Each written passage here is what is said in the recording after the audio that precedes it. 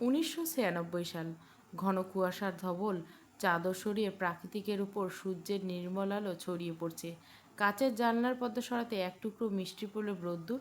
পদ্মজার সুন্দর মুখশ্রীতে হুড়মুড়ি খেয়ে পড়ে। নিচতলা থেকে মনার কণ্ঠস্বর ভেসে আসলো, আপামনি। মিষ্টি রোদের কোমল ছোঁয়া ত্যাগ করে ঘুরে দাঁড়ালো পদ্মজা। আমির আনমোড়া ভাঙতে ভাঙতে লেপের ওম ছেড়ে উঠে বসলো। পদ্মজা বাইরে চোখ পড়তে দেখতে পেল পদ্মজাকে। ধনুকের মতো বাঁকা শরীরে সবুজ সুতি শাড়ি, লম্বা বেনুনি, চওড়া পিঠের উপর সাপের মতো দুলছে, পাতলা কোমর উন্মুক্ত। আমি চিৎকার করে হেসে ডাকলো, পদ্মাবতী। পদ্মজা ফিরে না তাকিয়ে জবাব দিল, অপেক্ষা করুন, আসছি। আমির মুখ গুমট করে বলল, ইদানিং আমাকে পাত্তাই দিচ্ছ না তুমি? বুড়ো হয়ে গেছি তো। ওপাশ থেকে আর সাড়া আসলো না। আমির অলস শরীর টেনে নিয়ে গেল বারান্দায়। পদ্মজা বৈঠকখানা এসে দেখে মনা সোফায় পানের কৌটো নিয়ে বসে আছে। তাকে দেখে দ্রুত উঠে দাঁড়ায়। 9 বছরের মনা এখন 14 বছরের ছটপট কিশোরী। পদ্মজা গম্ভীর স্বরে বলল, পান খাওয়ার অনুমতির জন্য ডেকেছিস? মনা নতজানু হয়ে দাঁড়িয়েছে। সে মাথা নত অবস্থায় রেখে চোখ উল্টিয়ে তাকিয়ে পদ্মজাকে দেখলো একবার, এরপর আবার চোখ নামিয়ে নিয়ে বলল, অনেকদিন খাই না আপামনি, একটা খেতে দেন। মনা চাইলে লুকিয়ে খেতে পারত, কিন্তু সে পদ্মজার কাছে অনুমতি চাইছে। পদ্মজা মনে মনে সন্তুষ্ট হলো। সোফায় বসে প্রশ্ন করলো, পানকে দিয়েছি? আমার সাথে পানের কৌটা আব্বা আসছিল। ভীতু কণ্ঠে বলল মনা, কখন? ভোরবেলা। বাসায় আসছেনি কেন? কাজে যাচ্ছে তাই। উনি এমনি এমনি কেন আনবেন পানের কৌটো? তুই স্কুল থেকে ফেরার পথে বস্তিতে গিয়েছিলি তাই না? মনা জবাব দিল না। তার চুপ থাকা প্রমাণ করছে পদ্মজার ধারণা সত্য। পদ্মজা আর কথা বলেন না, বলল, একটা পান খাবি? কৌটা সহ পান সুপারি রহমত চাচাকে দিয়ে তোদের বস্তি পাঠিয়ে দিবে। পদ্মজা চলে যেতে নিয়ে আবারও দাঁড়িয়ে পড়ল। তীক্ষ্ণ কণ্ঠে প্রশ্ন করলো, তুই নাকি গণিতে ফেল করছিস? পদ্মজার প্রশ্নে মোনা চোরের মতো এদিক ওদিক চোখের দৃষ্টি দৌড়াতে চাইল। পদ্মজা ধমকে উঠল, বলছিস না কেন? আমি প্রতিদিন রাতের সময় নিয়ে তোকে গণিত বুঝিয়েছি, তবু ফেল করলি কী করে? মনা কাঁদো কাঁদো হয়ে বলল, পরীক্ষার আগের দিন পড়িনি। পরীক্ষায় গিয়ে সব ঝাপসা ঝাপসা মনে হয়েছিল। কেন পড়িসনি? সেদিন আমি অসুস্থ ছিলাম, তাই আমি 2 তলায় ছিলাম, নিচে একবারও আসতে পারিনি। এই সুযোগে পড়া রেখে টিভি দেখছিলি তাই তো? মনা বাধ্যমের মতন মাথা নাড়ল। পদ্মজা হাসবে না কাঁদবে বুঝতে পারল না। বেহায়ের মতো আবার স্বীকার করছে পড়া রেখে টিভি দেখছে। ঢাকায় আসার পরের বছরে মনাকে স্কুলে ভর্তি করে দিচ্ছে সে। এখন মনা পঞ্চম শ্রেণীতে পড়ে। মাথায় বুদ্ধি বলতে নেই, সারাক্ষণ টিভি টিভি আর টিভি। এত পড়ানোর পরে কিছুই মাথায় রাখতে পারে না। পদ্মজা বিরক্ত নিয়ে জায়গা ছাড়ল। শোবার ঘরে ঢুকতে আমির আক্রমণ করে বসলো। পদ্মজার উন্মুক্ত কোমরে অংশে হাত রাখলো। পদ্মজা উফ, ঠান্ডা বলে ছিটকে সরে গেল। আমির হতভম্ব হয়ে গেল। 2-1 পা এগোতে প্রাপ্তবয়স্ক নারীর রিনরিনে কণ্ঠে ধমকে বেরিয়ে এলো, একদম এগোবেন না। এই শীতের মধ্যে ভেজা হাতে ছুলে কীভাবে? আচ্ছা, আপনি আমার কালো সোয়েটারটা দেখেছেন? পাচ্ছি না, শীতে জমে যাচ্ছে একদম। আমির কিছু বলল না। সে পদ্মজার দিকে আর চোখে তাকিয়েছে। পদ্মজা এদিক সেদিক তার কালো সোয়েটারটা খুঁজলো। এরপর আমিরের দিকে তাকিয়ে হেসে বলল, এভাবে সঙ্গের মতো খালি গায়ে দাঁড়িয়েছেন কেন? আমির কিছু একটা বলতে চাচ্ছিল, তখনই টেলিফোন বেজে উঠল। পদ্মজা পাশের ঘরে চলে গেল। কালো সোয়েটার খুঁজে বের করতে হবে। এ সোয়েটার পরে সে খুব স্বাচ্ছন্দ্য বোধ করে। আমি টেলিফোন রেখে পদ্মজাকে ডেকে জানালো সে বের হবে, জরুরি দরকার। পদ্মজা সোয়েটার খোঁজা রেখে তাড়াতাড়ি করে খাবার পরিবেশন করলো। গরুর মাংস গরম করলো। আমি খাওয়া দাওয়া শেষ করে নিয়মিত পদ্মজার কপালে চুমু দিয়ে বেরিয়ে গেল। পদ্মজা তৈরি হয় রোকেয়া হলে যাওয়ার জন্য। ঢাকা বিশ্ববিদ্যালয়ে পড়ার সুবিধায় রোকেয়া হলে অনেক মেয়েকেই চেনে। আজ মরার স্কুল নেই, সে একাই বাসায় থাকবে। পদ্মজা হলে যাচ্ছে এই ছোট্ট বোনের সাথে দেখা করার জন্য। আমিরের তো কখনোই ছুটি নেই, নিজের ব্যবসা যখন তখন কাজ পড়ে যায়। রোকেয়া হলের চারপাশে সবুজ গাছে আবৃত। পদ্মজা গেটের বাইরে গাড়ি রেখে এসেছে। হিমশীতল চোখে চারজোড়া ঠান্ডায় জ্বলছে। তার পরনে বোরখা, মুখে নিকাব। রোকেয়া হলের ভবনে এসে জানতে পারল যার খুঁজে সে এসেছে সে নেই। চারিদিকে নিরিবিলি। এমন সব প্রায় সবাই ক্যাম্পাসে। নির্জন পরিবেশে এমন ঠান্ডা বাতাস, রোমাঞ্চকর অনুভূতি। রোকেয়া হলে এ নিয়ে অনেকবার এসেছে পদ্মজা। ভবনের নিচতলায় শেষের মাথার কাছাকাছি অবধি গিয়ে ঘুরে দাঁড়িয়ে ফিরে যাওয়ার জন্য। তখন অতি সূক্ষ্ম একটা শব্দ ভেসে আসে। পদ্মজা থমকে দাঁড়ালো, দুপা পিছিয়ে চোখ বুজে শোনার চেষ্টা করলো। শব্দটা তীব্র হয়েছে, যেন কোথাও ধস্তাধস্তি হচ্ছে। পদ্মজার মস্তিষ্ক সচল হয়ে উঠল। অনুসন্ধানী দৃষ্টি নিয়ে ফিরে তাকায়। একটা মেয়ে চাপা কান্নার শব্দ কর্ণকুহর পৌঁছাতে পদ্মজা দ্রুতগামী ঘোড়ার মতো ছুটে আসে শেষ কক্ষের দরজায়। পৌঁছে দেখতে পেল অর্জুন আর রাজু একটা মেয়েকে টেনে হিঁচড়ে কক্ষ থেকে বের করতে যাচ্ছে। ক্যাম্পাসে ছাত্র সংগঠনের নেতা এরা। 6 মাস হলো ছাত্র সংগঠনের নেতৃত্বে এসেছে, আর এখনই ক্ষমতার অপব্যবহার শুরু করেছে। পদ্মজার উপস্থিতি টের পেয়ে অর্জুন আর রাজু তাকালো। মেয়েটা ভয়ে কাঁপছে। পদ্মজাকে দেখে মেয়েটা ছুটে আসতে চাইলে অর্জুন ধরে ফেলল। পদ্মজা ফের শান্তভাবে বলল, ক্ষমতার অপব্যবহার করতে নেই, ছেড়ে দাও মেয়েটাকে। পদ্মজার কণ্ঠ মেয়েটা চিনতে পারলো। অস্ফুট স্বরে বলল, পদ্ম আপা। এরপর বলল, পদ্ম আপা, আমি মিঠি। পদ্ম আপা, ওরা আমাকে জোর করে তুলে নিয়ে যাচ্ছে, আমাকে বাঁচাও। পদ্ম ভালো করে খেয়াল করে চিনতে পারলো মিঠিকে। অর্জুন মিঠিকে গালে শরীরে সব শক্তি দিয়ে থাপ্পড় মেরে রাজুকে বলল, এরে ঘাড়ে ওঠা। আপনি সরেন, মাঝে হাত ঢুকাবেন না, বিরক্ত করা একদম পছন্দ না আমার। পদ্মজা বাধা হয়ে দাঁড়ালো, বলল, দেখো, মা জাতিকে এভাবে অপমান করতে নেই। হাতে ক্ষমতা পেয়েছো ভেবেছো সৎভাবে চলো, সবার ভালোবাসা পাবে। এভাবে নিজের অন্যের ইজ্জত নষ্ট করছো, সেই সাথে নিজেদের পাপি করছো। এই ফুট এখান থেকে, নীতিকথা শোনাতে আসছে। ভালোভাবে বলছি, ভেজাল না করে ছেড়ে দাও। নারীকে নারী রূপে থাকতে দাও, শক্ত হাতে বাধ্য করো না। অর্জুন রাগে দাঁতে কড়মড় করে বলল, আর একটা কথা বলে জামাকাপড় খুলে মাঠে ছেড়ে দিব। কথাটা শেষ করে অর্জুন চোখের পলক ফেলতে পারল না। তার আগে পদ্মজা 5 আঙুলের দাগ বসিয়ে দেয় তার ফর্সা গালে। অর্জুন রক্তিম চোখে কিরমির করে তাকায়। মিটিকে ছেড়ে পদ্মজার গলা চেপে ধরে। পদ্মজার সঙ্গে সঙ্গে অর্জুনের অন্ডকোষ বরাবর লাথি দিয়ে বসলো। অর্জুন কেঁকিয়ে ওঠে, 2 হাতে রেখে বসে পড়ল। রাজু বিশ্রী গালিগালাজ করে পদ্মজার দিকে তেড়ে আসলো। পদ্মজা মেঝে থেকে ইট তুলে রাজুর মাথা লক্ষ্য করে ছুঁড়ে মারে। মিঠি ভয়ে চোখ খিচে ধরে, রাজুর কপাল ফেটে রক্তের ধারা নামে। অর্জুন আকস্মিক তেড়ে এসে পদ্মজার নিকাব খুলে নেয়। ঘোলা চোখের ভয়ঙ্কর চাহনি, রক্ত জবার মতো ঠোঁটের কাঁপুনি অর্জুনের অন্তর কাঁপিয়ে তোলে। তবুও দমে না। পদ্মজাকে হামলা করার জন্য প্রস্তুত হয়। পদ্মজা তার কাঁধের ব্যাগ থেকে ছুরি বের করে অর্জুনের গলায় টান বসায়। এই দৃশ্য দেখে মিঠির শরীর কাঁপতে থাকে। অর্জুন চিৎকার করে বসে পড়ে। গলায় হাত দিয়ে দেখে গলাটা শরীর থেকে আলাদা হয়ে যায়নি, চামড়া ছিঁড়ে গেছে শুধু। তার হৃৎপিণ্ড যেন মাত্রই মৃত্যুর সাক্ষাৎ পেল। পদ্মজা অভিজ্ঞ হাত তার কলিজা শুকিয়ে গেছে, মেঝেতে বসে হাঁপাতে থাকে। পদ্মজার ছুরির রক্ত অর্জুনের গেঞ্জিতে মুছে বলল, তোমাদের ভাগ্য ভালো পদ্মজার হাতে পড়েছ, হেমলতার হাতে পড়নি। এরপর মিটিকে প্রশ্ন করলো, আমার জানা মতে তুমি প্রথম বর্ষে আর হলে 2য় তলায় থাকা, এখানে আসলে কি করে? মিটি ভয় এখনও পুরোপুরি কাটেনি। সে ঠোঁট বিছিয়ে নিয়ে বলল, আমি গত কয়েকদিন অসুস্থ, ক্যাম্পাস যেতে পারিনি। অর্জুন দাদা নাজমাকে দিয়ে আমাকে ডেকেছিল, অমনি চলে এসেছো। কয়েকদিন আগে 3য় বর্ষের একটা মেয়ের কী হাল করেছে দেখোনি, শুনোনি? এরপর ওদের ডাকে সাড়া দিলে কেন? না দিয়েও উপায় নেই। পদ্মজা আর কিছু বলতে পারলো না, মিঠিকে নিয়ে কক্ষ থেকে বেরিয়ে পড়লো। এরপর নিকাব পড়তে পড়তে বললো, এসব বেশি দিন সহ্য করা যায় না। মেয়েরা হলে এসে থাকে পড়াশোনা করার জন্য, আর এসব নির্যাতন স্বীকার হতে হয়। তোমরা জানাশোনা আরও মানসিক শারীরিক ভুক্তভোগী আছে, সবার নামের তালিকা আমাকে দিতে পারবে? মিঠি জানতে চাইলে, কেন? সবাইকে নিয়ে প্রশাসনের কাছে দেব, তাদের নীরবতা আর মেনে নেব না। ক্যাম্পাসে আসার পর থেকে দেখছি নেতাদের অপকর্ম দেখছি, থামানোর চেষ্টা করছি, 1 2 জন থামে তার 10 জন বাড়ে। এইবার আমাদের আন্দোলন করতে হবে। মিঠি মিনমিনি বলো, কেউ ভয়ে আন্দোলন করতে চায় না।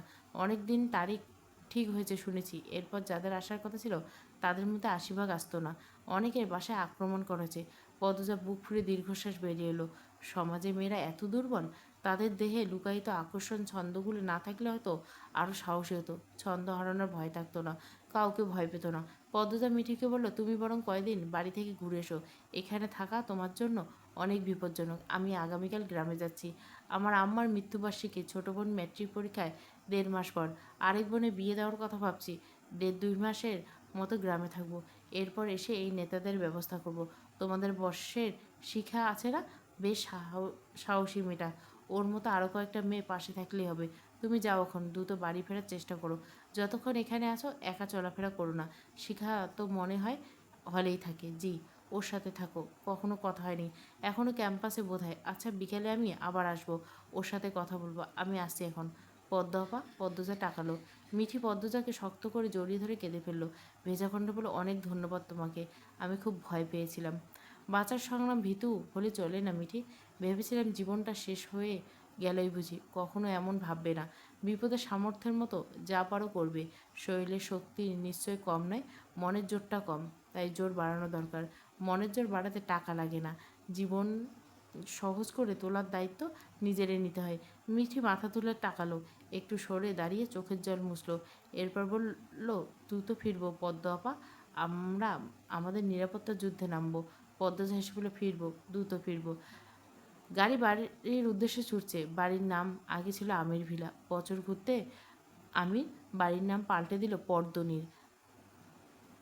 পদ্মজা জানলার কাছ তুলে বাইরে তাকালো। রাস্তাঘাটে মানুষজন কম, ঠান্ডা বাতাস, সূর্যের আলো একদম তেজ নেই। সে থুরভুরে বুদ্ধ হয়ে যাচ্ছে। পদ্মজা আকাশপানে তাকিয়ে তিনটা প্রিয় মুখকে খোঁজে, চোখ দুটো টলমল করে ওঠে। কোথায় আছে তারা? আবার কবে হবে দেখা? পদ্মজা কাজ নামিয়ে নিল, রুমাল দিয়ে চোখের জল মুছে ছিটে হেলান দিয়ে চোখ বুঝলো। নিস্তব্ধ বিকাল, ঘন কুয়াশায় ঢেকে আছে অলন্দপুরের আটপটায়। সেই নিস্তব্ধতা ভেঙে নুপুরের ধ্বনি। পূর্ণা চঞ্চল কাদামাখা দুটি পা দৌড়ে ঢুকে মোড়ল বাড়িতে। পায়ের নুপুর জোড়া ঝিনঝিন রিনরিন সুর তুলে ছন্দে মেতেছে।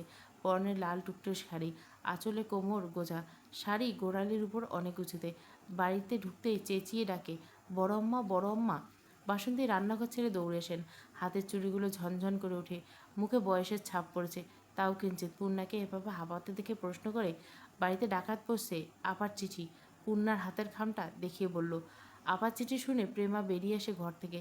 সে পড়েছিল, ওড়না দিয়ে ঘোমটা টানা, ষোড়শী মনে বিন্দুমাত্র আগ্রহ নেই, সবার চেয়ে আলাদা হয়েছে, খুব ভীতু এবং লাজুক। পূর্ণা বড় বোন হয়ে সারাদিন বনবাজারে ঘুরে বেড়ায়, আর সে ঘরে বসে বাড়ির কাজ করে, স্কুল যায়। পদ্মজার কথা মতো প্রতিদিন রুটিন অনুসরণ করে।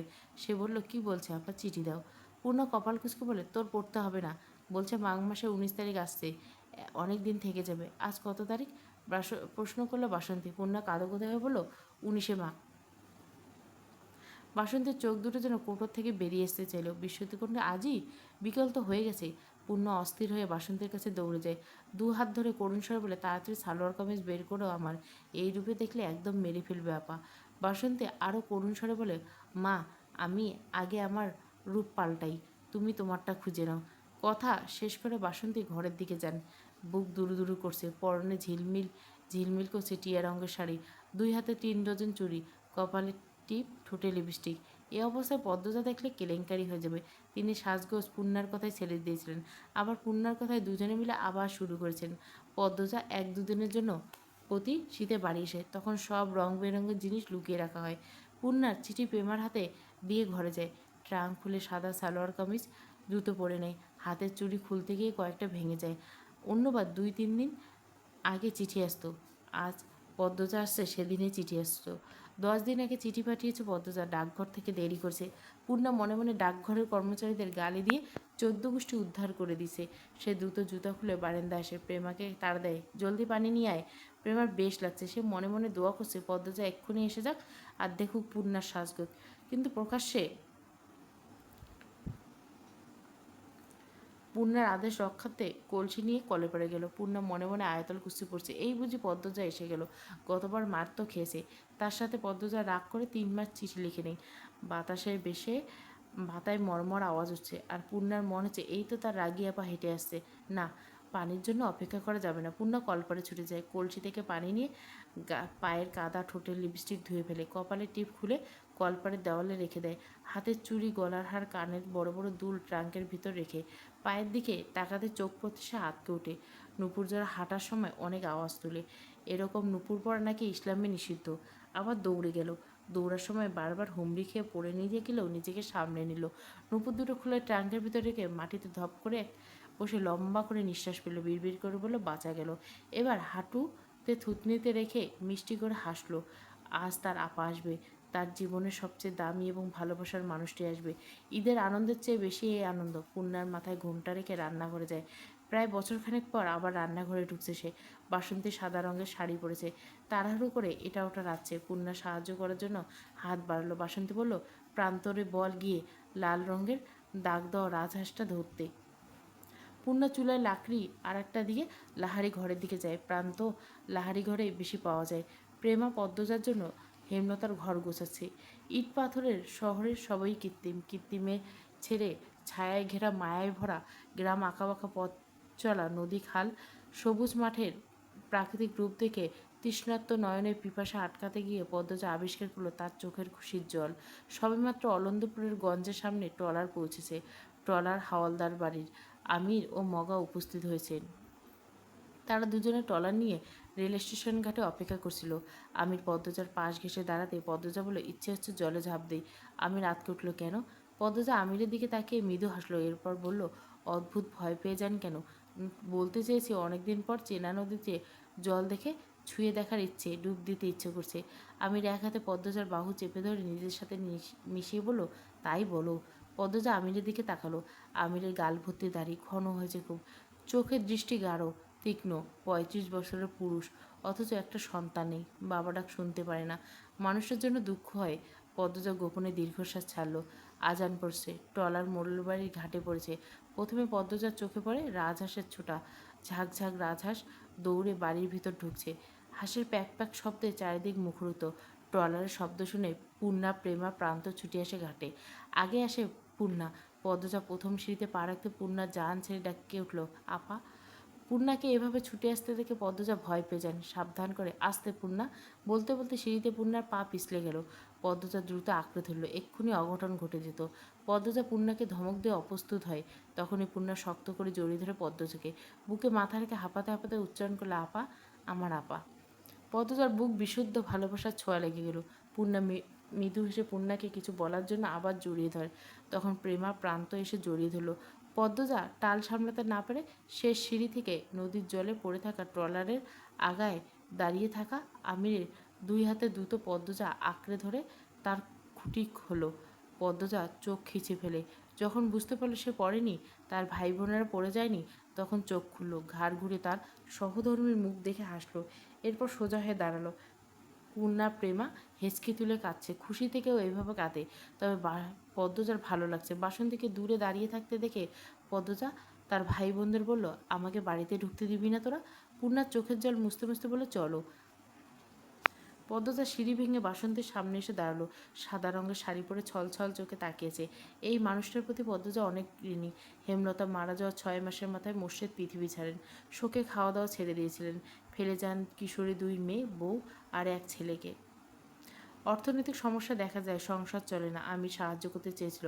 পদ্মদা আত্মসম্মানে লাগে, সে কিছুতেই স্বামীর টাকায় বাবার বাড়ির সংসার চালাবে না।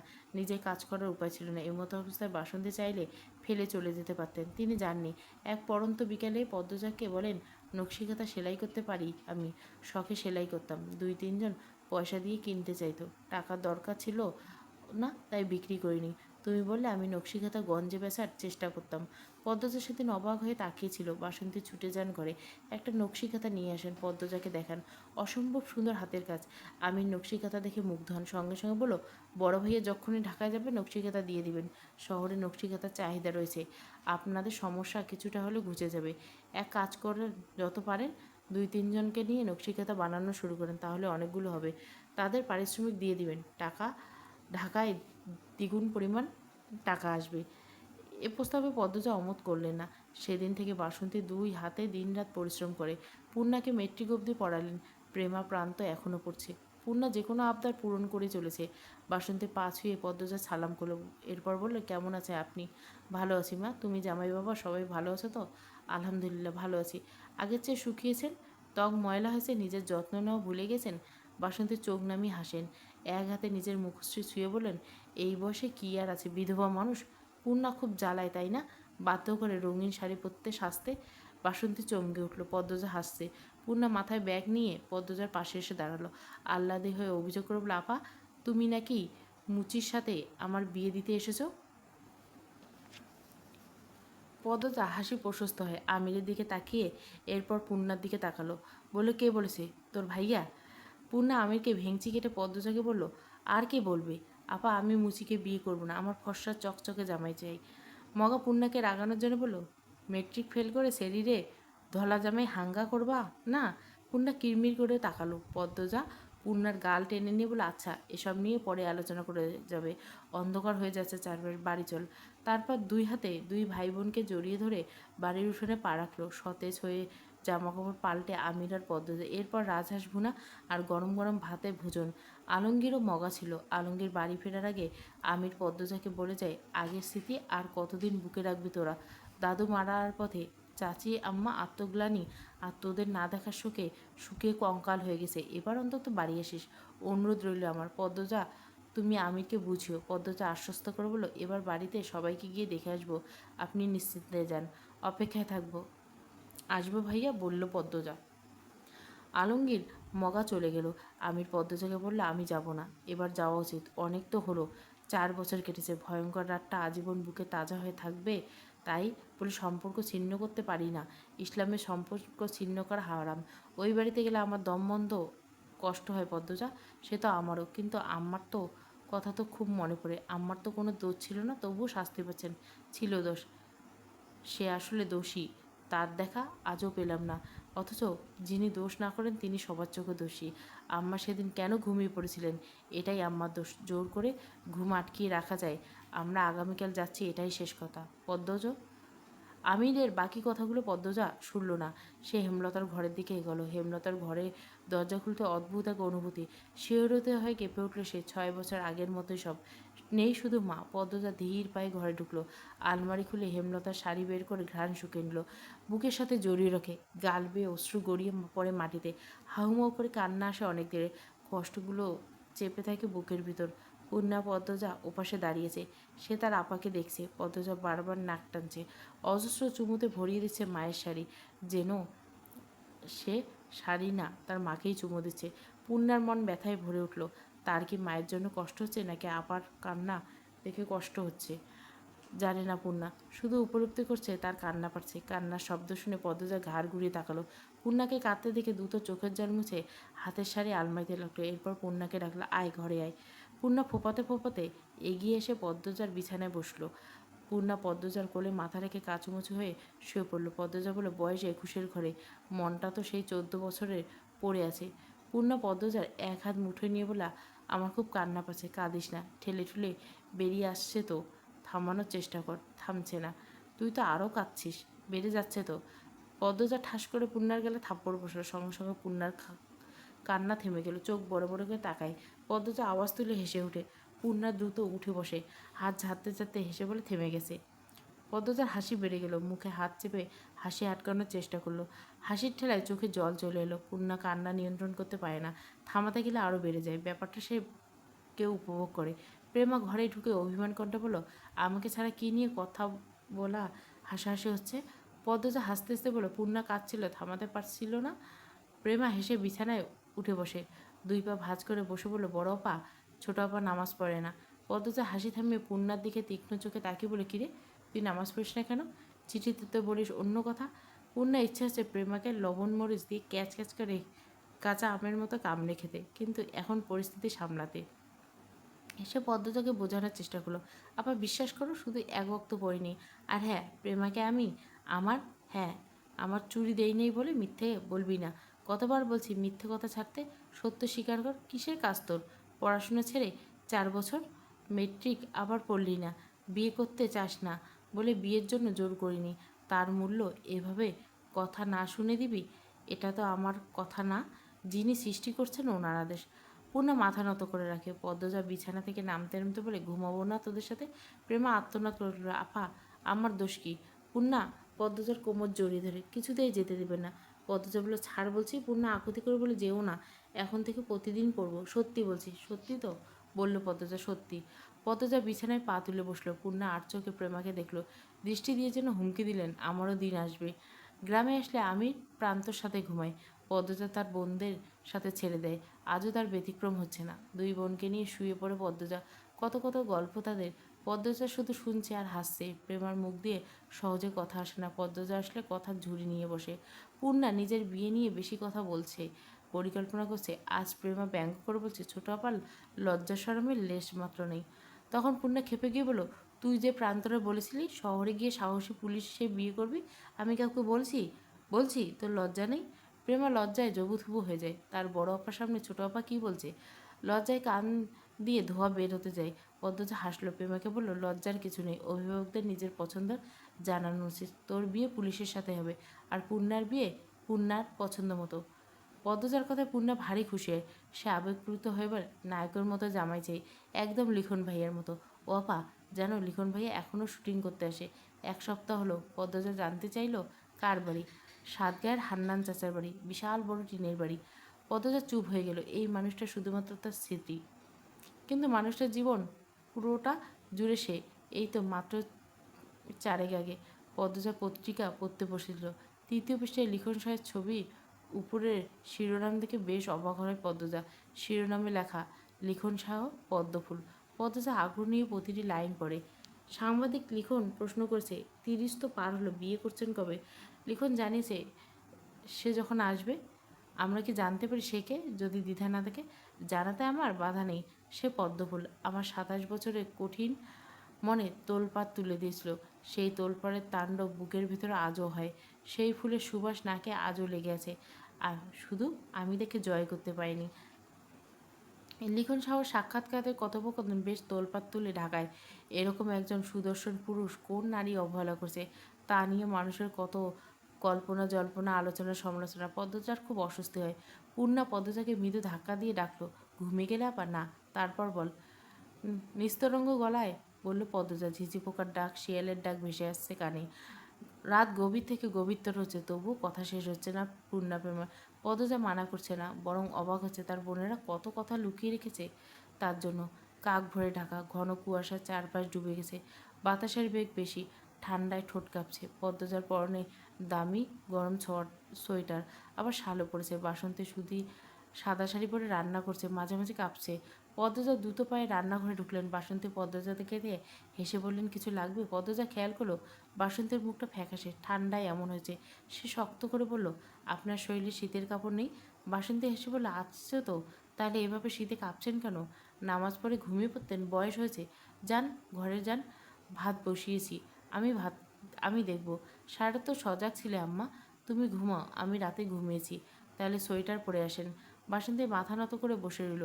পদ্মজা বেশ অনেকক্ষণ তাকিয়ে থাকে। এরপর নিজের গায়ের শালটা বাসন্তীকে দিয়ে বলল, নিজের জন্য কিছু কেনা উচিত। পূর্ণার বয়স বেড়েছে, বুদ্ধিতে না। ও পারে না কিছু সামলাতে, শুধু আবদার করতে পারে। যতদিন বেঁচে আছেন নিজের যত্ন দিন। আমি ঘরে যাচ্ছি। পদ্মজা রান্নাঘর ছেড়ে বারান্দায় গিয়ে ধরে বাইরে তাকালো। জানলার জন্য বাড়ির গেটও দেখা যাচ্ছে না। সে ঘরে ঘুরে দাঁড়ালো ঘরে ঢোকার জন্য। তখন মনে হলো উঠানে কে যেন দাঁড়িয়েছে। পদ্মজা আবার ঘুরে তাকালো, দেখতে পেল তার শাশুড়ি ফারিনাকে। তীর্থের কাকের মতো তাকিয়ে আছে, শুকিয়ে গেছে খুব। গায়ে লাল সাদা রঙের মিশ্রণের শাড়ি। ফারিনার চারপাশে উড়ো কুয়াশা, কুয়াশায় দেওয়াল ভেদ করে যেন তিনি শুধু আসতে পেরেছেন। পদ্মজা হন্তদন্ত হয়ে বের হলো। কাছে এসে দাঁড়াতে বুকটা হু হু করে উঠল। ফারিনা পদ্মজাকে দেখে কেঁদে উঠলেন। পদ্মজা ফারিনার খুব কাছে এসে দাঁড়ালো, পা ছুঁয়ে সালাম করলো। এরপর ফারিনা ঠান্ডা 2 হাত ধরে বললেন, এত সকালে কেন আসতে গেলেন? আমরা তো যেতামই। এত রাগ তোমার? না আম্মা, আপনার প্রতি কোনো রাগ নেই আমার। 8টা মাস আপনি আমার যে যত্ন নিয়েছেন, মায়ের অভাব বোধ করিনি। মনে হয়েছিল আমার মা ছিল আমার পাশে। তাহলে ক্যারে যাও না আমার কাছে? তোমার ছাড়াই কেন মুখ ফিরাইছে নিছে আমার থেকে? উনি পাগল আম্মা। আপনি কেমন আছেন দেখে বোঝা যাচ্ছে ভালো নেই। আম্মা বিশ্বাস করুন, আপনার প্রতি আমাদের রাগ নেই। ওই বাড়িটা দেখলে খুব কষ্ট হয় আম্মা, খুব যন্ত্রণা হয়। এজন্য যাই না। আপনাকে অনেকবার চিঠি লিখেছি যেন ঢাকায় গিয়ে কয়দিন থেকে আসেন, গেলেন না। ফাইনা অবাক হয়ে বলে, আমার কাছে কোনো চিঠি আসে নাই। সে কি? আমি তো এই 4 বছর 6টা চিঠি লিখেছি আপনার নামে, পাঠিয়েছিও। আমি তো পাইনি। ফাইনা চিন্তিত হয়ে পড়েন। পদ্মজা বললেন, আচ্ছা এই ব্যাপারে কথা বলবো ওনার সাথে। আমি যখন আম্মার কবর জিয়ারত করতে আসি তখন তো এসে আমাকে আর ওনাকে দেখে যেতে পারতেন আম্মা। তোমার বাড়িতে যাও না বইলা আমি ভাবছি আমারে ঘেন্না করো তোমরা, তাই আইতে পারি নাই। আমার জন্য আমার নাতনিটা। ফাইনা হু হু করে কেঁদে ওঠে। পদ্মজার চোখ ছলছল করে ওঠে। সে ফাইনাকে বলল, আপনার জন্য কিছু হয়নি আম্মা, আপনি এভাবে কাঁদবেন না। কান্না থামান। যতই বলুক মা, কান্না থামবে না। 4 বছর ধরে এভাবে কেঁদেছে। মজিদের কণ্ঠস্বর শুনে পদ্মজা দ্রুত ঘোমটা টেনে নিল। মজিদ সালাম করে বলল, ভালো আছেন আব্বা? এই তো কোনো মতে। আম্মা আপনি কান্না থামান। তারপর আর খারাপ লাগছে। ফাইনা চোখের আঁচল দিয়ে চোখের জল মুছলেন। এরপর বললেন, আমার বাবু কই? ভেতরে ঘুমাচ্ছে, ডেকে দিচ্ছি। না থাক, ঘুমাক। পদ্মজা শ্বশুর শাশুড়িকে নিয়ে সদর ঘরে নিয়ে আসেন। আস্তে আস্তে সবার ঘুম ভাঙে। আমি যতই বলুক মাকে দেখে নরম হয়ে যায়, জড়িয়ে ধরে বাচ্চাদের মতো কাঁদতে শুরু করে। মাঝে ছেলে আর ছেলের বউকে ছাড়া কিছুতেই বাড়ি যাবে না, কম হলে 4-5 দিন থেকে আসতে হবে। সবশেষে আমি রাজি হলো। প্রেমার সামনে পরীক্ষা, তাই প্রেমাকে সাথে নিল না। বাসন্তী প্রেমা প্রান্ত বাড়িতে থাকে, পূর্ণা যায়। হাওলদার বাড়ি গেট পেরিয়ে ভেতরে পা দিতে পদ্মজার সর্বাঙ্গে অদ্ভুতভাবে কেঁপে ওঠে। সূর্য ওঠেনি, দমকা বাতাস হচ্ছে, সেই বাতাসের শাঁসা শব্দ উঠছে। মাথার উপর দিয়ে বাজ পাখি উড়ে যায়। সেই পাখির ডাক অদ্ভুত হাহাকারের মতো, যেন মনের চেপে রাখা কষ্ট ক্ষোভ নিয়ে কেউ আত্মচিৎকার করছে, নাকি নিছক পদ্মজার ভাবনা। চারিদিকে চোখ বুলাতে বুলাতে আলোক ঘর পেরিয়ে অন্দরমহলের সামনে এসে দাঁড়ালো। 4 বছর পূর্বে তো এখানেই, এই জায়গায় তার আদরে 3 মাসের কন্যা পারিজার রক্তাক্ত লাশ পড়েছিল। পদ্মজার বুক কেমন কেঁপে ওঠে, বুকে হাত রেখে দাঁড়িয়ে পড়ে। আমির উদ্বিগ্ন হয়ে প্রশ্ন করলো, খারাপ লাগছে? পদ্মজা স্বাভাবিকভাবে বলল, না। থামলো, নিঃশ্বাস নিল। এরপর বলল, পূর্ণাকে দেখুন কেমন পাগল। আমি সামনে তাকলো। পূর্ণা মাথার উপর ব্যাগ নিয়ে সবার আগে বড়ই খেয়ে খেয়ে কোমর দুলিয়ে হেঁটে যাচ্ছে। অন্দরমহলের সামনে ও অলক ঘরের পিছনে মধ্যিখানে টিউবওয়েল বসানো হয়েছে। হেমন্ত ধানের ধান কাটা হয়েছে। তখন কামলারা আলাক ঘর থেকেছে, তাদের জন্য টিউবওয়েল বসানো হয়েছে। টিউবওয়েলের চারপাশে গোল করে সিমেন্ট দিয়ে মেঝে করা হয়েছে। সব মিলিয়ে একটি কলপাড় তৈরি হয়েছে। পূর্ণা নারকেল গাছের সামনে এসে থমকে দাঁড়ালো। কলপাড়ে এক সুদর্শন যুবক পিঁড়িতে বসে গোসল করছে, পরনে লুঙ্গি। রানী গামছা নিয়ে দাঁড়িয়েছে, কি যেন বলছে। পূর্ণা ব্যাগ রেখে হা করে সেই যুবককে পরখ করলো। সুগঠিত সুঠম শরীর, মায়াবী ফর্সা স্বাস্থ্যোজ্জ্বল চোখ, প্রশস্ত বুক, ঘন লোম, চওড়া পিঠ, শক্তপোক্ত দেখতে 2 হাত। ডান হাতে ছোট কলস নিয়ে মাথায় পানি ঢালছে। সেই জল চুল থেকে কপাল, কপাল থেকে ঠোঁট, ঠোঁট থেকে বুক গড়িয়ে পড়ছে, আর চুল ঝাঁকে দিয়ে উঠল। জলের ছিটা ছড়িয়ে পড়লো চারিদিকে। রানী যুবকটিকে বকতে বকতে দূরে সরে যায়। যুবকটি আবারও মাথায় পানি ঢেলে চুল ঝাঁকায়, রানীকে ভিজিয়ে দেয়। পূর্ণা মুগ্ধ হয়ে দেখে, সে দ্রুত ব্যাগ মাটিতে রেখে দিল, ওড়না ঠিক করে চুল ছেড়ে দিল। এরপর কলপারের দিকে হেঁটে গেল, ঠোঁটে হাসি। চোখের দৃষ্টি দেখলে যে কারো মনে হবে পূর্ণা অপরিচিত এই যুবকটি চোখ দিয়ে পিষে ফেলছে। কলপাড়ের পাশে ভেজা কাদা। পূর্ণা পা রাখতে পিছলে পড়ে যায়। ধপার শব্দ শুনে যুবকটি লাফিয়ে উঠে ভরাট কণ্ঠে চিৎকার করে উঠল, বোয়াল মাছ, বোয়াল মাছ। ঘটনাটি পদ্মজার চোখে পড়তে পূর্ণা আসে। রানী আকস্মিক ঘটনা হতভম্ব। সে পূর্ণাকে তুলতে দৌড়তে আসতে গিয়ে শাড়ির সাথে পা প্যাঁচ লাগিয়ে পূর্ণার চেয়ে ঠিক 1 হাত দূরে ধপাস করে পড়ল। এই জন্য ধপাস করে পড়ার প্রতিযোগিতা শুরু হয়েছে। যুবকটা হাসবে নাকি সাহায্য করবে বুঝে উঠতে পারছে না। সেকেন্ড দুয়েকের ভাবনায় মনস্থির করলো, হাসা ঠিক হবে না, সাহায্য করা উচিত। কলপার থেকে 1 পা নামাতে পদ্মজা চলে এসে পূর্ণা তোলার চেষ্টা করছে যুবকটি রানীকে সাহায্য করার জন্য। পদ্মজা উদ্বিগ্ন হয়ে পূর্ণাকে প্রশ্ন করলো, খুব ব্যথা পেয়েছিস? পূর্ণা মুখ ঢেকে রেশমি ঘন চুলে আর চোখে দেখলো, যুবকটিকে দেখলো। এরপর মিনমিন বলে, না। ফাইনা ছুটে এসে বলো, এইটা কেমন হলো? এই সেরি এমনি আইলো কেন? ও সেরি, কোন হানে দুঃখ পাইছো? পূর্ণা নরম কণ্ঠে বলল, চাচি ব্যথা পাইনি। পাওনি মানে? সোজা হয়ে দাঁড়াতে পারছো না? পদ্মজা, ওকে নিয়ে যাও। কাদা মেঘে কী অবস্থা, বলল আমির। রানী পদ্মজা আর আমিরকে দেখে প্রচণ্ড অবাক। খুশিতে তার কাঁদতে ইচ্ছে করছে। আমিরের পা ছুঁয়ে সালাম করে বলল, দাদাভাই তুমি আইছো? পদ্মজা, এতদিন আমারে মনে পড়ছে? পদ্মজা মৃদু হেসে বলল, তোমাকে সবসময় মনে পড়ে আপা। আমরা পরে অনেক গল্প করব। পূর্ণাকে নিয়ে এখন ভেতরে যাই। পদ্মজা ফারিনা পূর্ণাকে ধরে ধরে অন্দরমহলে নিয়ে গেল। পিছু পিছু রানিয়ে গেল। যুবকটি আমিরের সামনে এসে দাঁড়ালো, হেসে বলল, আসসালামু আলাইকুম আমির ভাই, চিনতে পারছেন? আমির যুবকটিকে চেনার চেষ্টা করলো। এরপর বলল, মৃদুল না? জি ভাই। আমিরের হাসি প্রশস্ত হলো। মৃদুলের সাথে করমর্দন করে সেই ছোটোবেলা কত বড় হয়ে গেছিস, চেনাই যাচ্ছে না। আমার ঠিকই আপনারই মনে আছে। আমির মৃদুলের বাহুতে আলতো করে থাপ্পড় দিয়ে বলল, ছোটোবেলায় তো তুই করে বলতি, এখন আপনি আপনি বলছিস কেন? মৃদুল 1 হাতে ঘাড় ম্যাসাজ করে হাসলো। এরপর বলল, 16-17 বছর পর দেখা হয়েছে তো। তো কী হয়েছে? তুমি বলে সম্বোধন করবি। গোসল করছিলি নাকি? জি। কাপড় পাল্টে আয়, অনেক আলাপ হবে। আচ্ছা ভাই। আমি নারকেল গাছের পাশে তাদের ব্যাগ দেখতে পেল। এগিয়ে গিয়ে ব্যাগটা নিল। এরপর অন্দরমহলের দিকে। বৈঠকখানে পদ্মজা বসে আসে। পূর্ণার কোমরে পায়ে গরম সরিষার তেল মালিশ করে দিয়ে বিশ্রাম নিতে বলছে। হুমকিও দিয়ে এসেছে, ঘর থেকে বের হলে একটা মারও মাটিতে পড়বে না। পূর্ণা মুখ দেখে মনে হচ্ছে আর বের হওয়ার সাহস করবে না। বেশ জোরেই পড়ছিল, পা কোমর লাল হয়ে গেছে। এই বাড়িটা মৃতপ্রায়। আগে তাও মানুষ আছে বলে মনে হতো, এখন মনে হয় এই বাড়িটা কেউ থাকে না। নির্জীব, স্তব্ধ। রান্নাঘর থেকে বেশ কিছুক্ষণ পর টুংটাং শব্দ আসছে। ফাইন আর আমিনা তাড়াহুড়ো করে রান্না করছে। আমির বেরোচ্ছে, বাড়ি মাত্র এলো আর কিসের কাজে যেন বেরিয়ে গেল। স্তব্ধ ভেঙে একটা ছোট্ট বাচ্চা দৌড়ে এসে পদ্মজার কাছে। বাচ্চাটি কোমরে গলায় তাবিজ, তাবিজের সাথে ঝনঝন শব্দ তোলা জাতীয় কিছু গলায় ঝুলানো। বাচ্চা পদ্মজা বাচ্চাটাকে কোলে তুলে নিল। রানী বৈঠকখানে এসে বাচ্চাটিকে বলল, আলো, আম্মা এদিকে আয়, তোর গায়ে ময়লা, পদ্মমামির কাপড়ে লাগবে। পদ্মজা আলোর গাল টেনে বলল, কিচ্ছু হবে না, থাকুক। এরপর আলোর গালে চুমুক দিল। আলো 2 বছর, রানীর মেয়ে হয়েছে শুনেছিল পদ্মজা, কিন্তু আসতে পারেনি দেখতে। এরপর প্রথম। পদ্মজা বলল, আলো ভাগ্যবতী হবে, দেখতে বাপের মতো হয়েছে। বাপের মতো হয়েছে কথাটা শুনে রানীর মুখ কালো হয়ে গেল।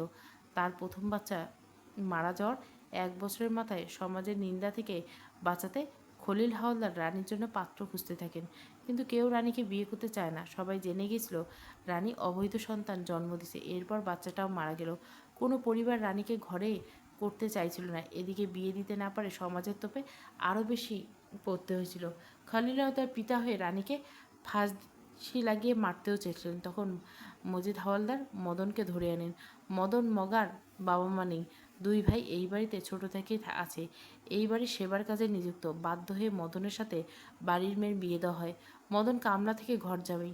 রানীর মন থেকে মদন আজও মানতে পারেনি, কখনো পারবে না। ঘৃণা হয় তার। মাঝে মাঝে আলোকেও তার সহ্য হয় না। আলোর মুখটা দেখলে মনে হয় এই মেয়ে মদনের মেয়ে, কামলার মেয়ে। আলো আদহত স্বরে বলে, নান্নান নান্নান। পদ্মজা আদুর কণ্ঠে বলে, নানুর কাছে যাবে? আলো পদ্মজার কোল থেকে নামতে চাইল। পদ্মজা নামিয়ে দিল। আলো দৌড়ে রান্না করে যায়। রানী বলল, আম্মার জন্য পাগল এই ছেড়ি, সারাবেলা আম্মার লগে ল্যাপটায় থাকে। তুমি নাকি আলোকে মারধর করো? রানী চমকালো। প্রশ্ন করলা? কেলা কইছে, শুনেছি।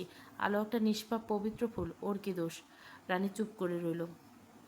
পদ্মজা বলল, সব রাগ এইটুকু বাচ্চার উপর ঝাড়া ঠিক হবে না আপা। আমার কষ্টটা বুঝবা না পদ্মজা? বুঝি, এতটা অবুঝ নেই আমি। আলো মদন ভাইয়ের মেয়ে, এটা ঠিক, কিন্তু তোমারও তো মেয়ে, তোমার গর্বে ছিল, তোমার রক্ত খেয়েছে 10 মাস। আমি কি আমার ছেলেটারে ভালোবাসি না? বাসি। মাঝে মাঝে খুব রাগ হয় জানো পদ্মজা। আব্দুল ভাইয়ের কথা মনে হইলে আমার সব অসহ্য লাগে, একলা একলা কান্দি। তখন আলো কানলে আমি ওরে 2-1টা থাপ্পড় মারি। পরে আফসোস হয় কেন মারলাম। ও তো আমারই অংশ। নিজেকে নিয়ন্ত্রণ করার চেষ্টা করো, নিয়তের উপর কারো হাত নেই।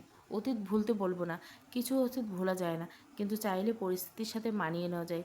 নিজেকে মানিয়ে নাও, আলোর প্রতি যত্নশীল হও, মানুষের মতো মানুষ করো। একটা মেয়ে নিয়ে সমাজে বাঁচা যুদ্ধের মতো, গোড়া থেকে খেয়াল করো।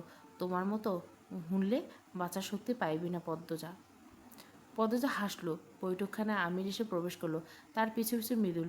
মৃদুলকে দেখে রানী হাসলো। পদ্মজাকে দেখে বলল, এই যে এইটা, এই যে পদ্মজা, তোর ভাবি। মৃদুল পদ্মজাকে সালাম করার জন্য ঝুঁকতে পদ্মজা বলল, না না, কোনো দরকার নেই, বসুন আপনি। মৃদুল বসলো। এরপর পদ্মজাকে বলল, আপনার কথা অনেক শুনেছি, দেখার সৌভাগ্য হলো। আমির পদ্মজাকে বলল, ওর নাম মৃদুল, রানীর মামাতো ভাই। ছোটবেলায় আমাদের বাড়িতে কয়েকদিন পর পর আসতো। যখন 8-9 বছর তখন দূরে চলে যায়। আর দেখা হয়নি। চাইলেই দেখা হতো, কেউ চায়নি, তাই দেখা হয়নি। কোথায় থাকেন জানতে চাইল পদ্মজা। জি ভাবি, রামপুরা। রামপুরার কথা পদ্মজা শুনেছে। তাদের জেলা শহরে এলাকার নাম রামপুরা, সবাই চিনে এই এলাকায়। ছেলেটার চেহারা উজ্জ্বল, চকচকে, হাসি খুশি। আলাপে আলাপে জানতে পারলো মৃদুল পদ্মজার চেয়ে 2 বছর বড়। মেট্রিক ফেল করার পর আর পড়েনি। মিয়া বংশের ছেলে, কথাবার্তায় শুদ্ধ অশুদ্ধ 2 রূপে আছে। ভীষণ রসিক মানুষও বটে। খাওয়া দাওয়া শেষ করার পর পদ্মজা দোতলায় গেল, সাথে আমিরও রয়েছে। নূরজাহান বেশ কয়েক মাস ধরে অসুস্থ শরীর, জায়গায় জায়গায় ঘা, চামড়া থেকে দুর্গন্ধ বেরোয়, সারাক্ষণ যন্ত্রণায় আর্তনাদ করেন। নূরজাহানের ঘরে ঢুকতে নাকে দুর্গন্ধ লাগে। পদ্মজা নাকে রুমাল চেপে ধরে। নূরজাহান বিছানায় শুয়ে আছে। সময়ের ব্যবধানে একেবারে নেতিয়ে গেছে। বয়সটা যেন কয়েক গুণ বেড়ে গেছে। হাড্ডি ভেসে আছে, লজ্জাস্থান ছাড়া পুরো শরীর উন্মুক্ত। একপাশে লতিফা দাঁড়িয়ে আছে। নূরজাহানের মাথার কাছে একজন কবিরাজ বসে আছে। একটা কৌটো থেকে সবুজ বাতি দেখতে তরল কিছু নূরজাহান ক্ষতস্থান লাগাচ্ছে। পদ্মজা নূরজাহানের বাম পাশে গিয়ে দাঁড়ালো। নাক থেকে রুমাল সরিয়ে দুর্গন্ধের সাথে মানিয়ে নেওয়ার চেষ্টা করলো। ডাকলো, দাদু, দাদু শুনছেন? নূরজাহান ধীরে ধীরে চোখ খুলল। পদ্মজা প্রশ্ন করলো, খুব কষ্ট হচ্ছে? কোথায় কোথায় বেশি যন্ত্রণা হয়? নূরজাহান শুধু তাকিয়ে রইল। চোখ বেয়ে জল গড়িয়ে পড়লো। পদ্মজার বুকটা হাহাকার করে উঠল। বয়স্ক একজন বৃদ্ধা, কত কষ্ট। লতিফা বলল, দাদু কথা কইতে পারে না, খালি কান্দে। নূরজাহানের অসহায় চাহনি দেখে পদ্মজার চোখ দুটো ছলছল করে উঠল। সে নূরজাহানের মাথায় হাত বুলিয়ে দিয়ে বলল, আল্লাহর নাম স্মরণ করো, ইনশাআল্লাহ সব ঠিক হয়ে যাবে, ধৈর্য ধরুন। তারপর লতিকে বলল, ভালো করে খেয়াল রাখো ওনার। আমির বেশ অনেকক্ষণ নূরজাহানের সাথে কথা বলল। নূরজাহান জবাব দেন না, শুধু আ উ শব্দ করেন। আমির দুই চোখ বেয়ে জল পড়ে। পদ্মজার ভালো লাগে না দেখতে। সে আমিরকে বুঝিয়ে শুনে বাইরে নিয়ে আসে। বারান্দা পেরোনোর সাথে রুম্পার ঘরের দরজা খোলা দেখলো সে। পদ্মজা যাওয়ার সময় তো বন্ধ ছিল। পদ্মজা ঘরের ভিতরে উকি দিল, দেখলো কেউ নেই, পালঙ্ক নেই। সে আমিরকে প্রশ্ন করলো, রুম্পা ভাবি কোথায়? আমিরও এসে উকি দিল, খালি ঘর। সে অবাক স্বর বলল, জানি না তো। পদ্মজা চিন্তিত হয়ে বলল, হেমলতা মারা যাওয়ার পর গ্রামে আর থাকেনি, শহরে ফিরে যায়। 1 মাসের মাথায় জানতে পারে সে গর্ভবতী। গর্ভাবস্থায় প্রথম 5 মাস খুব খারাপ যায়। প্রতি রাতে হেমলতাকে স্বপ্নে দেখেন। 6 মাসের শুরুতে ফরিনা নিয়ে আসেন গ্রামে। এ সময় পদ্মজা একজন মানুষ দরকার, কাছের মানুষ দরকার, তাই আমিরও নিষেধ করেনি। তার মধ্যে আবার মোর্শেদ মারা যায়। পদ্মজা আরও ভেঙে পড়ে। কাছের মানুষের সহযোগিতায় বাচ্চার কথা ভেবে নিজেকে শক্ত রাখার চেষ্টা করে, সফল হয়। তখন পদ্মজা অনেক চেষ্টা করছে রুম্পার সাথে দেখা করার।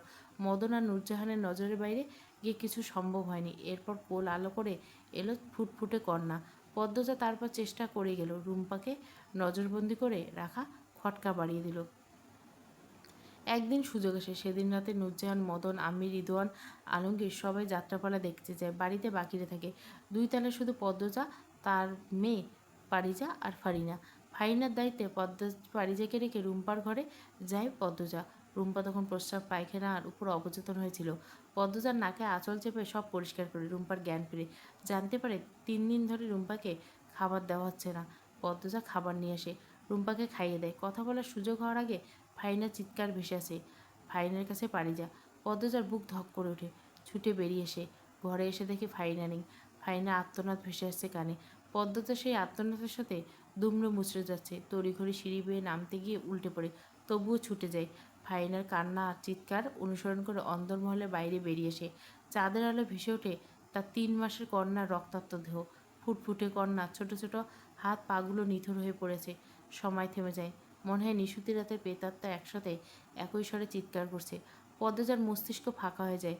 কোনো পাষাণ মানব সন্তান 3 মাসের বাচ্চার গলায় ছুরি চালিয়েছে। তার কি হৃদয় নেই? পদ্মজার মেয়ের নাম ধরে ডেকে চিৎকার দিয়ে সেখানে লুটিয়ে পড়ে। পুলিশ আসে, তদন্ত হয়। ফাইনা দরজা খোলা রেখে ঘুমিয়ে পড়ছিল। হঠাৎ করে ঘুম ভেঙে যায়। তিনি হাত বাড়ি দেখেন পারিজা নেই। দ্রুত উঠে বসেন। পদ্মজা নিয়ে গেলে নাকি খুঁজতে থাকেন। বারান্দা থেকে বাইরে পড়তে দেখলো একজন মোটা কালো লম্বা চুলের লোক দৌড়ে পালাচ্ছে। খালি জায়গায় কাঁথা মোড়ানো কিছু না। ফাইনা ছুটে আসেন। নাতনির রক্তাক্ত দেহ দেখে চিৎকার শুরু করেন। পুলিশের কোনো কুলকিনারা খুঁজে পায় না। এরপর বিষাক্ত হয়ে ওঠে। পদ্মজা মাঝরাতে চিৎকার করে কেঁদে উঠত। খাওয়া দাওয়া একদম করতো না। মাঝে মাঝে মেয়ের কবরে ছুটে যেত। আমির পদ্মজাকে নিয়ে হাওলাদার বাড়ি থেকে দূরে সরে আসেন। প্রায় 1 বছর পদ্মজা মানসিকভাবে বিপর্যস্ত ছিল। এরপর বুকে ব্যথা নিয়ে স্বাভাবিক জীবনে ফিরে আসে। মনে মনে প্রতিজ্ঞা করে একদিন ফিরবে অলন্দপুরে, সেই নিষ্ঠুর খুনিকে শাস্তি দিবে। জানতে চাইবে কিসের দোষে তার 3 মাসের কন্যা সন্তান বলি হতো। কেউ জানুক আর না জানুক, পদ্মজা জানে হাওলদার বাড়ি আসার প্রধান কারণ উদ্দেশ্য পারিজাত খুনিকে বের করা। সে শতভাগ নিশ্চিত এই বাড়ির কেউ না কেউ জড়িত এই খুনির সাথে। শুধু বের করার পালা। পুরনো কথা মনে পড়তে পদ্মজার 2 চোখ বেয়ে জল গড়ায়। আমি জল মুছে দিল। এরপর বলল, বোধহয় 3 তলায় রাখা হয়েছে। পদ্মজা 3 তলা সিঁড়ির দিকে তাকালো। শুনেছে 3 তলার কাজ নাকি সম্পূর্ণ হয়েছে, অনেকগুলো ঘর করা হয়েছে। সে আর কথা বলল না। এখন গোসল করা উচিত, আজান পড়বে। আজ রাত থেকে সে নিচাচর হবে। এক মুহূর্ত সময় নষ্ট করবে না। সব রহস্যের জাল কাটতে হবে। এটাই তার নিজের সাথে প্রতিজ্ঞা। আমির ডাকলো, কি হলো, কি ভাবো? পদ্মজা আমিরের দিকে একবার তাকালো, এরপর চোখ সরিয়ে নিয়ে বলল, কিছু না, ঘরে চলুন। কিছু তো ভাবছিলে, এতদিন জন্য আসছি গ্রামে, চাকরিটা থাকবে তো? থাকবে না কেন? রফিক কতটা সম্মান করে আমাকে দেখোনি? আর তোমার যোগ্যতার কি কমতি আছে?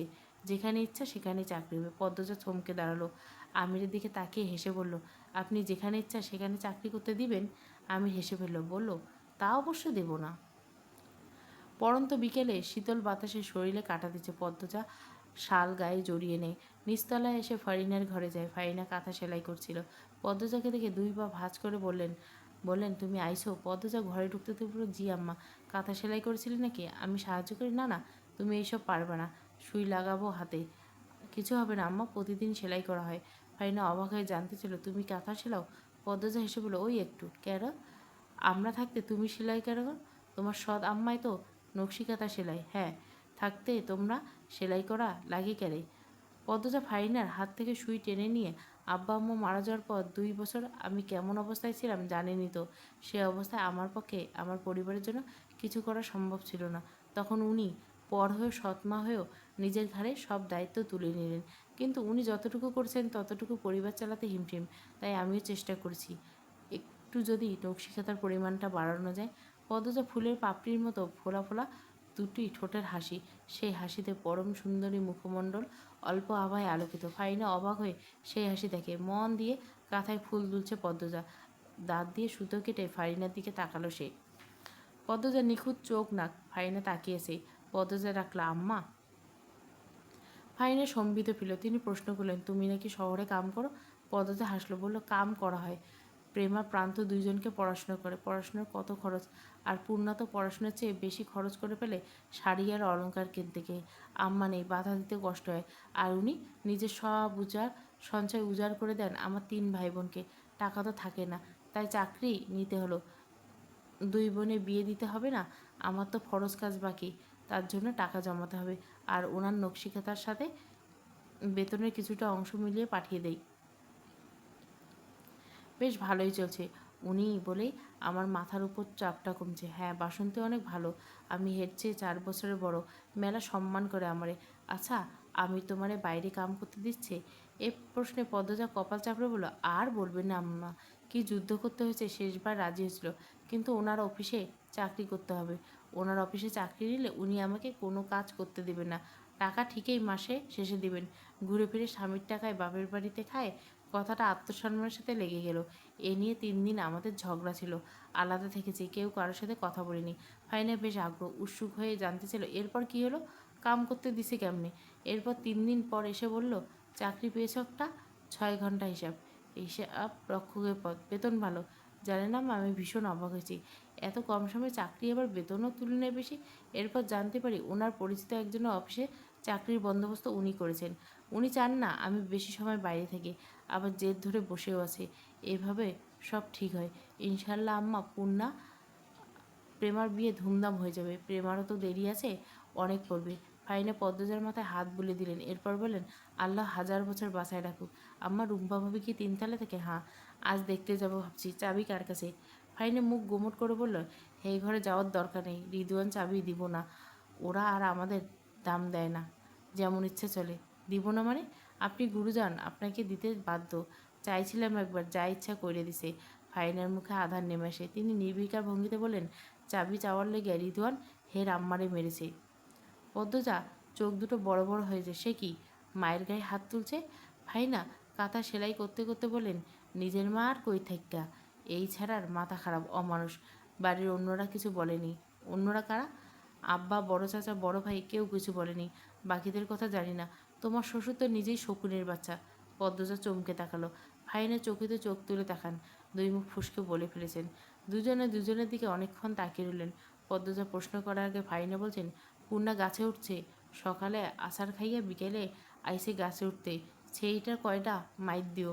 পদ্মজা স্পষ্ট বুঝতে পারল তার শাশুড়ি আগের কথাটা ধামাচাপা দেওয়ার চেষ্টা করছে। সে আগ বাড়িয়ে কথা বলতে পারল না। মৃদুকণ্ঠে বলল, আমি আসি আম্মা, যাও।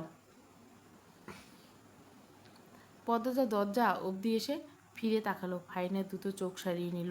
পদ্মজা ঘর ছাইতে তিনি যেন হাঁপ ছেড়ে বাসলেন। পদ্মজা উদাসীন হয়ে আসছে।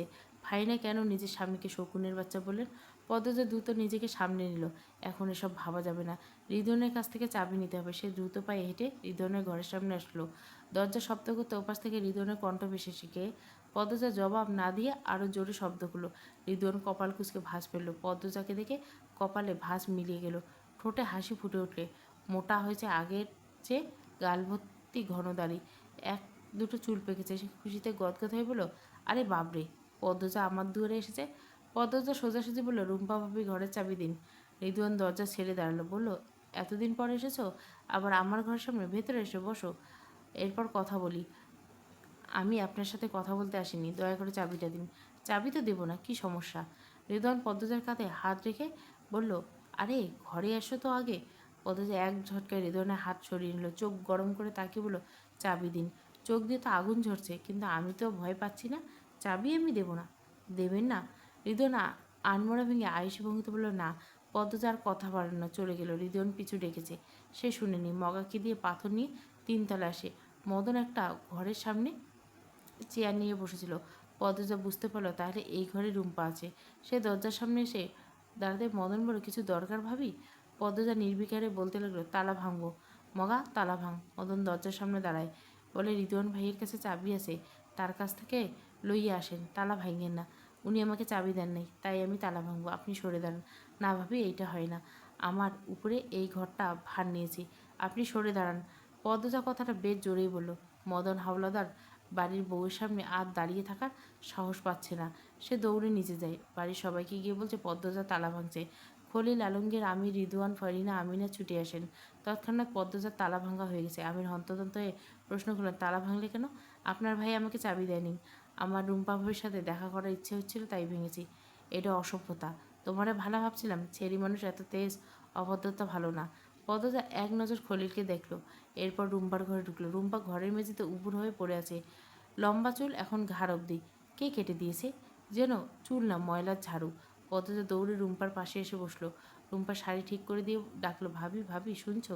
রুম্পার কোনো সাড়া নেই। গায়ে হাতে পায়ে মারের দাগ। ফাইনার দেখে চমকে যান। রুম্পার এক হাত চেপে ধরে উদ্বিগ্ন হয়ে বললেন, কেড়াই মারছে বউটারে? আল্লাহ গো, কেমনে মারছে? রক্ত শুকাইয়া পাথর হইয়া গেছে। এর লইগা আমারে রুম্পার কাছে আইতে দাও না তোমরা? বউটা তোমরা কি করছো? পাগল মানুষ। ফাইনা বাড়ির পুরুষদের দিকে চেয়ে কেঁদে ফেলল। আমিনা দূরে চালিয়েছিল। তিনি বরাবরই অন্যরকম মানুষ, অহংকারী, হিংসুটে, অন্যদের ভালো দেখতে পারেন না। রানীর জীবনটা এভাবে ধ্বংস হয়ে যাওয়ার পরও আরও বেশি খামখেয়ালি হয়ে উঠছেন। পদ্মজা আমিরের দিকে তাকিয়ে হুঙ্কার দিয়ে বললেন, আপনি দাঁড়িয়ে আছেন কেন? অন্যরা পাশান, আপনি তো পাশান না। ভাবিকে বিছানায় তুলে দিন। পদ্মজার কথা আমির রুম্পাকে কোলে তুলে বিছানায় শুয়ে দিল। আমির, ফারিনা ছাড়া সবাই বিরক্তিতে কপাল ভাঁজ করে চলে গেল। তারা অসন্তোষ। খলিল যাওয়ার আগে বিড়বিড় করে পদ্মজাকে অনেক কিছু বললেন। পদ্মজা সেসবে কান দেয়নি, সে শুধু অবাক হয়েছে। মানুষগুলোর প্রতি ঘৃণা হয়। সে রুম্পার জ্ঞান ফেরানোর চেষ্টা করছে। আমির বলে, কবিরাজ নিয়ে আসতে। আমির চলে যায়। ফারিনার কাছ থেকে পদ্মজা জানতে পারে তিনি 2 বছর পর রুম্পাকে দেখেছেন। কি অবাক কাণ্ড! কখন চুল কাটা হয়েছে জানে না। পদ্মজা জানতে চাইল, কেন এত ভয় পান বাড়ির পুরুষদের? একটু শক্ত করে কথা বলে ভাবিকে দেখতে আসতে পারলে না? ভাবির মা বাপের বাড়ি কোথায়? ওনার মেয়ের খোঁজ নেয় না? রুম্পার মা বাপ নেই, 2টা ভাই আছে। ভাইগুলো আগে খোঁজ নিত, পাগল হওয়ার পর থেকে নামও নেয় না। মানুষের সাথে স্বার্থপর কী করে হয়? ফারিনা রুম্পার শাড়ির ময়লা ঝেড়ে দেন, ঘরদোর পরিষ্কার করে দেন। রুম্পার জ্ঞান ফিরে আসে, কিন্তু কথা বলার শক্তি নেই। সে ড্যাব করে পদ্মজার দিকে তাকিয়েছে, যেন পদ্মজার জন্য অপেক্ষা করছে, পদ্মজার জন্য বেঁচে আছে। কিছু বলার চেষ্টা করছে, কিন্তু পারে না। কতদিন ধরে তাকে পানি ছাড়া কিছু দেওয়া হয়নি। ক্ষুধার চোটে বালি খেয়েছে, ঘরের এক কোণে বালির বস্তা রাখা। পেট খারাপ হয়ে পুরো ঘর নষ্ট করছে। বমি করতে করতে ক্লান্ত হয়ে গতকাল থেকে সে অজ্ঞান। তবু কেউ এসে দেখেনি। পদ্মজার চোখের জল আপনা আপনি পড়ছে। রুম্পার কষ্ট তাকে দুমড়ে মুচড়ে দিচ্ছে। সে মনে মনে শপথ করে রুম্পাকে নিয়ে শহর যাবে। ফাইনা ও পদ্মজা মিলে রুম্পাকে গোসল করলো। এরপর নতুন শাড়ি পরে গরম গরম ভাত খাওয়ালো, চুলে তেল দিয়ে দিল। খাওয়া শেষে রুম্পা বিছানায় নেতিয়ে পড়ে। শরীরের শক্তিটুকু আসতে সময় লাগবে, একটু ঘুমালেই হতো। পদ্মজা রুম্পার মাথায় হাত বুলিয়ে দিয়ে বলল, ঘুমাও ভাবি। রুম্পার দুর্বল দুটি হাত পদ্মজার হাত শক্ত করে ধরতে চাইল। পদ্মজা টের পেল। সে রুম্পার 2 হাত শক্ত করে ধরে বলল, তোমাকে ছেড়ে যাব না, থাকবো আমি। রুম্পার চোখ বেয়ে জল গড়িয়ে পড়ল। পদ্মজা মুছে দিল। ফাইনা বলল, আম্মা, আমি আমার ঘর থেকে আমার কোরআন শরীফ আর জায়নামাজ নিয়ে আসি, আর ওনাকে বলি আমি আপাতত রুম্পা ভাবির সাথে থাকবো। যাও তুমি, আমি এখানে আসি। পদ্মজা বেরিয়ে গেল।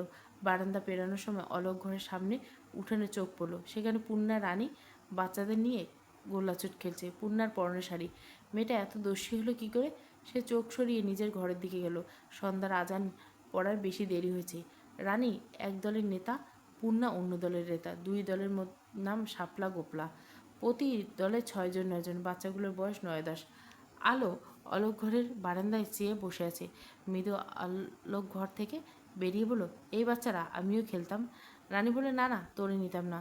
পূর্ণা মৃদুলকে দেখে অন্যদিকে চাইল। তার ভীষণ লজ্জা করছে মৃদুলের সামনে পড়তে। মৃদুল আর একটু এগিয়ে এসে বলল, ডরাইতেছস? ডরাই এনি কথা, এই মৃদুলের সাথে কেউ পারে না। আর তুই তো মুটকি, কেমনে পারবি? আমি তোর 4 মাসে বড়, সম্মান দিয়ে কথা কয়। মাঝখান থেকে সর, খেলতে দে। ধুর, তোর ছেলের এখন খেলার সময়, আর তুই খেলতেছ? সর। এই যে বোয়াল মাছ, তোমার দলের একটারে বাদ দিয়া আমারে লও। ওই মুটকির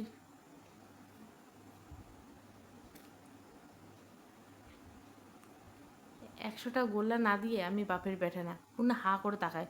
তাকে বোয়াল মাছ ডাকা হচ্ছে, এজন্য তার দিকে তাকিয়ে বাচ্চারা হাসে। দেখতে চকচকে সুন্দর হয়ে গেছে বলে কি যা ইচ্ছা ডাকার অধিকার বাঘিনী পূর্ণাকে দিয়ে দিবে? কখনো না। সে তেলে বেগুনে জ্বলে ওঠে বলে, আমাকে আপনার কোন দিক দিয়ে বোয়াল মাছ মনে হচ্ছে? পূর্ণার কথা বলতে দেখে মৃদুল হাসলো। রসিকতাকে বলল, আরে কালি বিয়ান, দেখি কথা কইতে পারে। পূর্ণা আহত হলো। এক হাতে নিজের গাল ছুঁয়ে ভাবলো, সে কি কালি ডাকার মতো কালো? বাঘিনীর রূপটা মুহূর্তে নিভে গেল। তার চোখ দুটো ছলছল করে উঠল। যাকে পছন্দ করলো সেই কালি বলল। পূর্ণা থম মেরে দাঁড়িয়ে রইল। রানী বলল, মৃদুলের স্বর কইতেছি, খেলতে দে। আমি খেলাম।